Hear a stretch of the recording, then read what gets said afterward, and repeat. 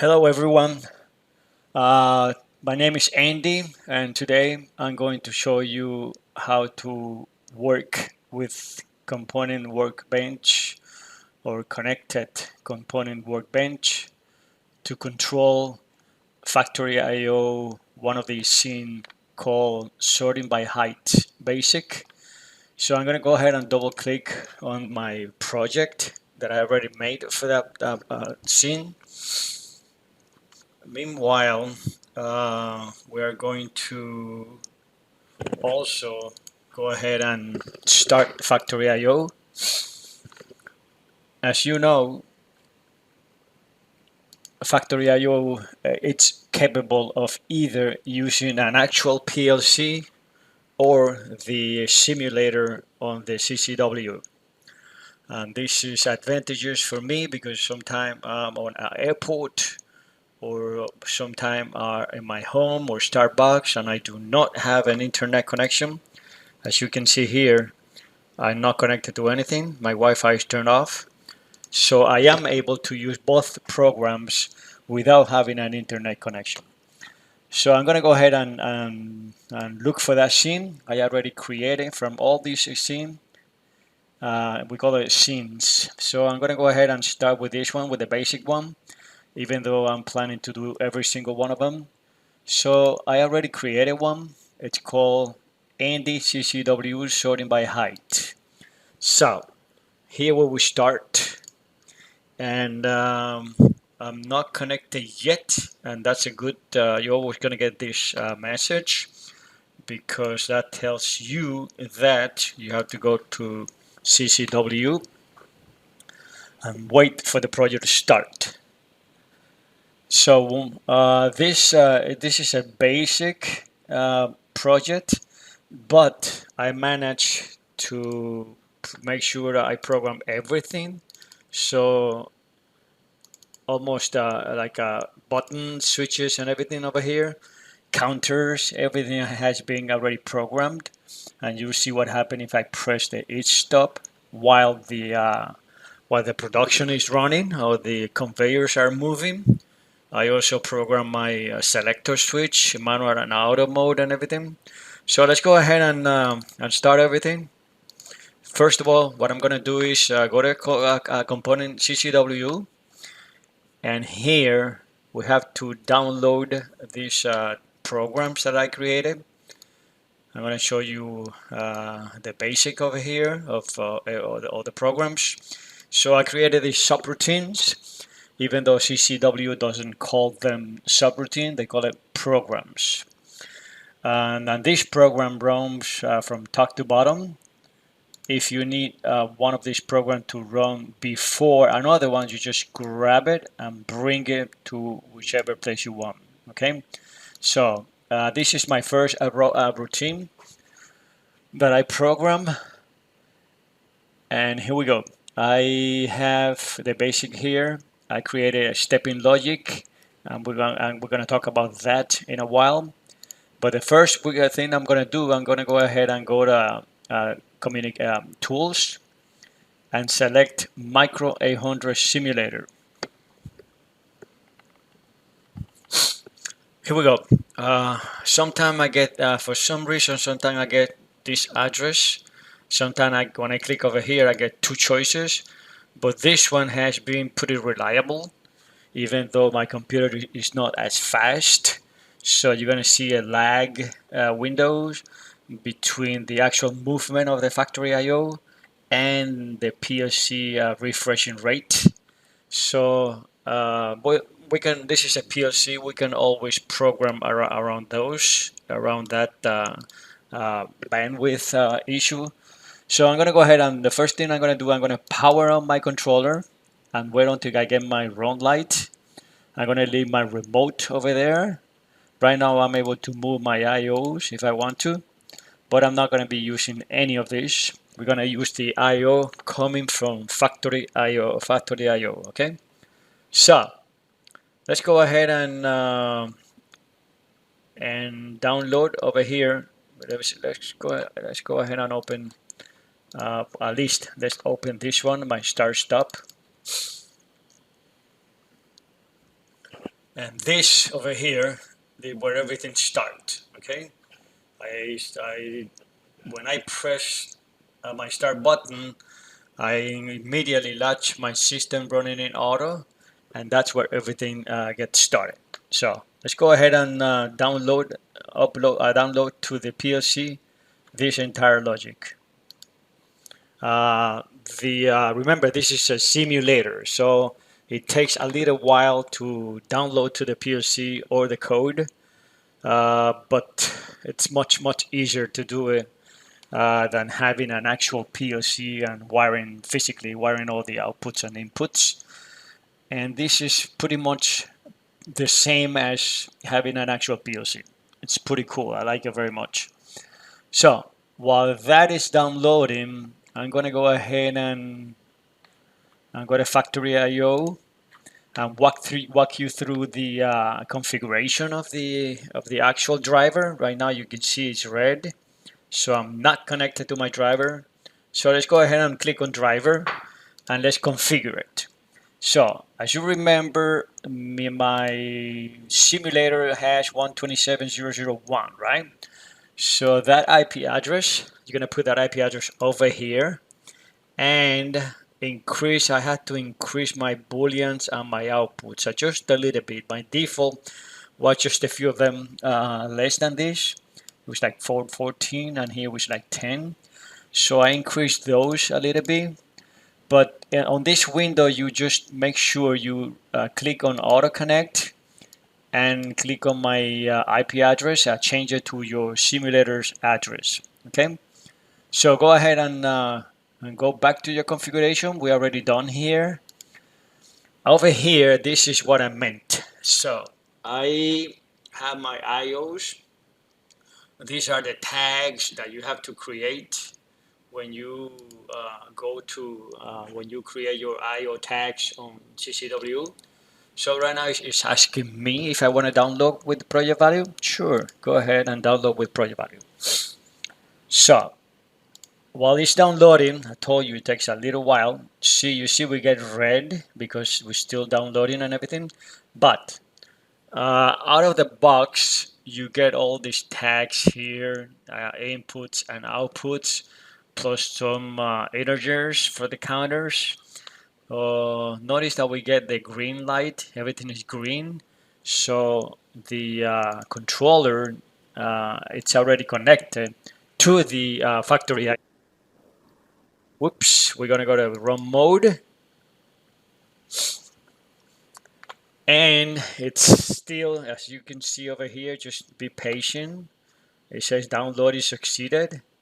You get this behavior, it's pretty quick, weird, but it works. This program, it works really good. Both of them, Factory IO and CCW. Okay, now we got that. Download succeeded. We got this measure down here, and the background from white, it turned into this color that indicates that you are indeed online. We got the connector here.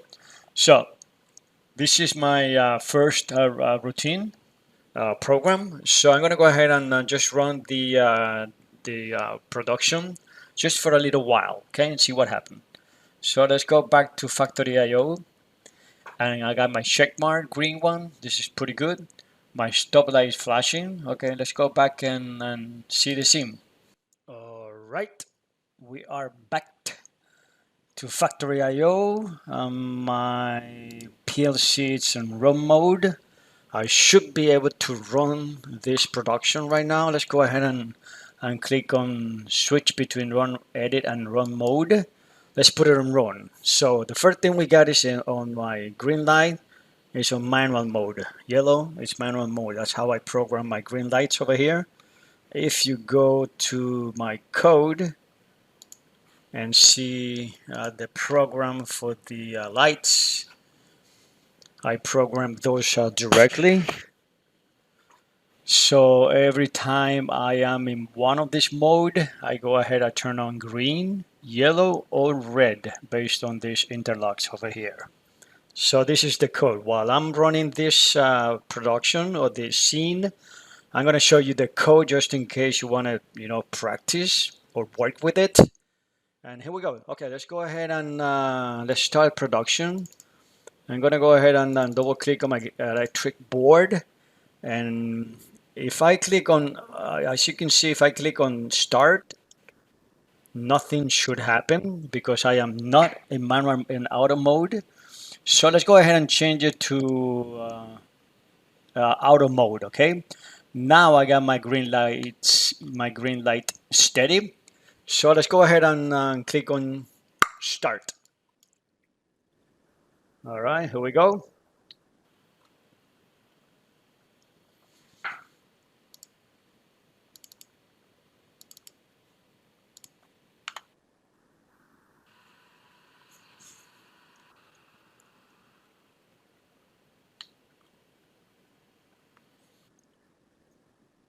So the small ones will go to my right. That's the selection I make. And the big one should go to my left. That's the production. Let me turn off a little bit of volume because I think it's a little loud. Let me let's just give it like a half of it. Yep. All right, let's do that. Let's go ahead and show you all my camera position. This is my camera one. The volume is still a little loud. Let me go ahead just to change it a little bit. There you go. So everything it's sort of like a subroutine. That's how I programmed it. And using stepping logic. I always use stepping logics, and I always like to treat every device like this conveyor as its own subroutine. This loader over here has its own programming, and such on and so forth. Uh, let's go ahead and see the other scene, the other camera position. This one, my everything going to my left because those are the big ones. As you can see, these are independent. The loader from this conveyor, when you see that when it arrives here, this conveyor keeps moving until I tell it to stop. So I'm going to show you. I'm going to show you guys the PLC code that I use for this. So let's just go ahead and do the other one pretty quickly and see everything working pretty good. So I make sure that I am also controlling the emitter.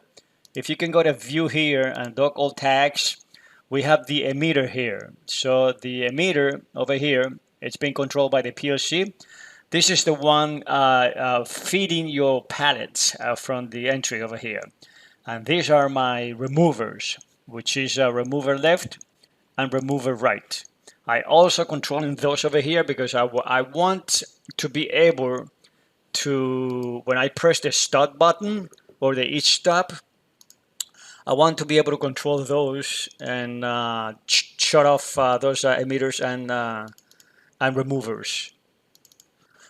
So let's go ahead and just before I show you the PLC code, let's go ahead and see what happened when I press the start button while the conveyor is moving. So I'm gonna do it twice. I'm gonna do it right now when the conveyor starts moving. First of all, notice that my green light is not flashing anymore. That's definitely one of the behavior that I wanted, because whoops, I don't want my lights to be flashing. It only flashes when I am in running mode. So what happens if I click on start? So, my counter is also counting both of them, both low pallets and high pallets. And I'm moving those values to my counter. We're gonna see that later. So let's go ahead, let's see what happened when I press my start button. So I get the timer timing out for my loader.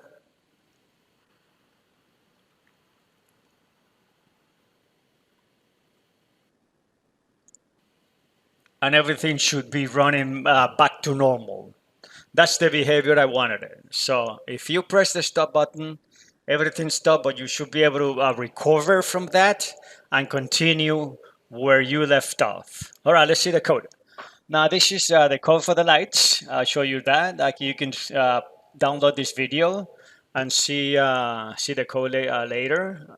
So let me let me take one of these.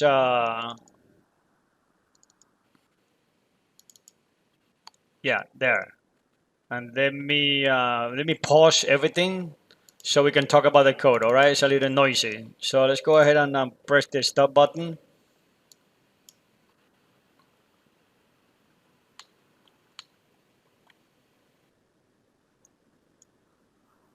All right, good. We're good to go. Good. So everything's stopped. So let's talk about the code. So the code here, it's I usually like to use step and logic. I already told you, but when it comes to light, there is no need to use step and logic. So the first, I think, entry unloaded will be my first program. So let's take a look at it. So first of all, let me go offline. Notice that the background is going to change from that color to white. And let's talk about the code. So let's go. The code, when I press the start button, I get my latch, my system running on auto, and my stepping logic starts right here, saying that if first step is not done, and my loader is not also seeing this sensor over here, my transfer either left or right are not working, but go ahead and feed a pallet. So how do I feed a pallet? Well, I already told you that on my start stop, when I press my start push button, I turned on my emitter, whoops, and my remover, both remover actually, I turned them on. When I press my, if the system is running and press one of the stop, the manual mode selector or the start button, then I unlatch all those bits. I'm no longer in running mode, so everything stops. All right, so you see the code over here. The way I program the stepping logic is by creating tags that are localized. In other words, I use local variable. Since I use this tag name on every one of these programs, so the same name for each one of them, so I don't have to uh, get in conflict with tag naming. So what I did, let me double click on local variable and show you what I mean. So here we go. So my stepping logic works based on this double integer. So I have, in other words, I can do up to 32 steps. And my timers are local also, so I can use the same timer name and my same stepping logic. So over here, I use stepping logic 1. As you can see, I can use 32 step, go all the way down here, down to the bottom, all to 32. Right, you got that? Good. So the next, this run, once this run is made, it's already completed. I have latched all my bits. Then I move on to my second run, which is a beautiful way to do it because the other one, once I'm localized, I'm local here, I arrive to this second run, this other one will deactivate or disable immediately because of this bit. All right. So the next one, I asked the code, hey, we on step 1, but step 2 is not made yet. Go ahead. Latch my step 2 if my pallet sensor is being active. It's activated. So that's how I did it. So in other words, I'm running the logic step by step. And at the end, I got two things that I needed to add because this one over here was one of them. This is sort of like a timeout. If this entire subroutine takes longer than 10 seconds, then I got a problem. What problem? Well, it could be this sensor, it's malfunctioning, it's not working anymore. It, it was maybe damaged or something. So I'm giving this entire subroutine only 10 seconds to complete from start to end. If it doesn't, boom, I will reset everything. So let's say it does complete the routine in less than 10 seconds. So everything goes normal. Latch number 2. And then I will go ahead and number 2 will latch number 3. And finally, once the sensor is activated, I go ahead and unlatch my conveyors. 2 of them, I'm using 2 conveyor, the conveyor entry and the loader. So I'm unlatching those. I'm unlatching my bit that tells me that my subroutine, this entire subroutine is running. And also all my stepping logic, like those babies over here, those babies, they get reset. In other words, I'm turning all of them off by moving 0 into my entire double integer.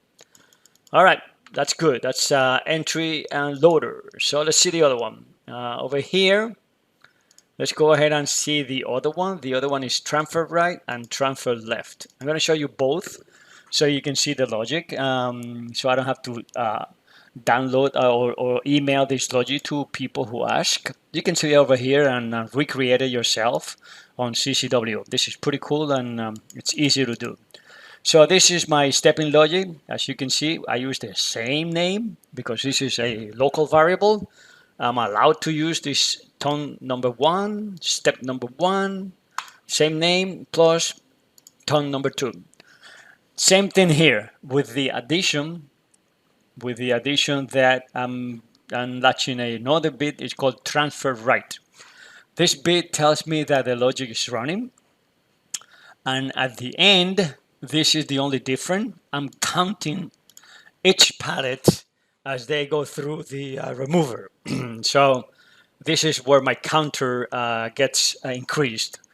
I'm adding to my short pallets, I'm adding 1 every time this entire routine runs from top to bottom. This is my right pallet loader. So let's see my left over here. And there you go. The exact same thing, only the tags had been changed to the respective subroutine. Instead of right, I got my left. Another bit, the same thing here. My counter is exactly the same. Everything is exactly the same. I just changed the tag's name, and that's the only difference between one and the other one. All right. So I'm going to go ahead and show you the other subroutine before we're done over here. All right, guys. Let's go ahead and check the other one. My lights already show you. My pulsars, I don't use this code. This was for creating just a, yes, I do use it for flashing my lights. So I'm using this ton just to flash my green light while the factory IO is running. So the last one here, the last 2 will be my counters. This is where I put my main counter or total pallet counters, which is just I'm zooming the shorts plus the tall, then put it in a global variable. Actually, all of them are global, and then moving that into my machine counter.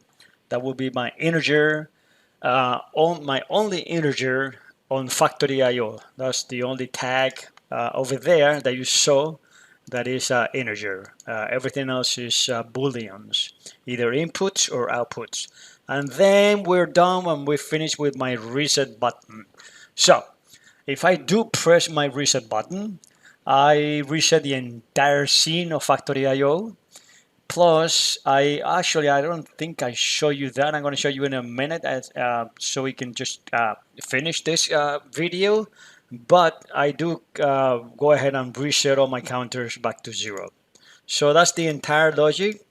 I already showed you everything over here. My global variables over here that I created, all my tags.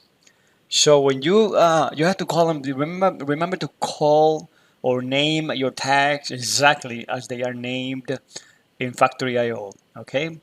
Alias then all of them, so I can give them beautiful names so I can remember them.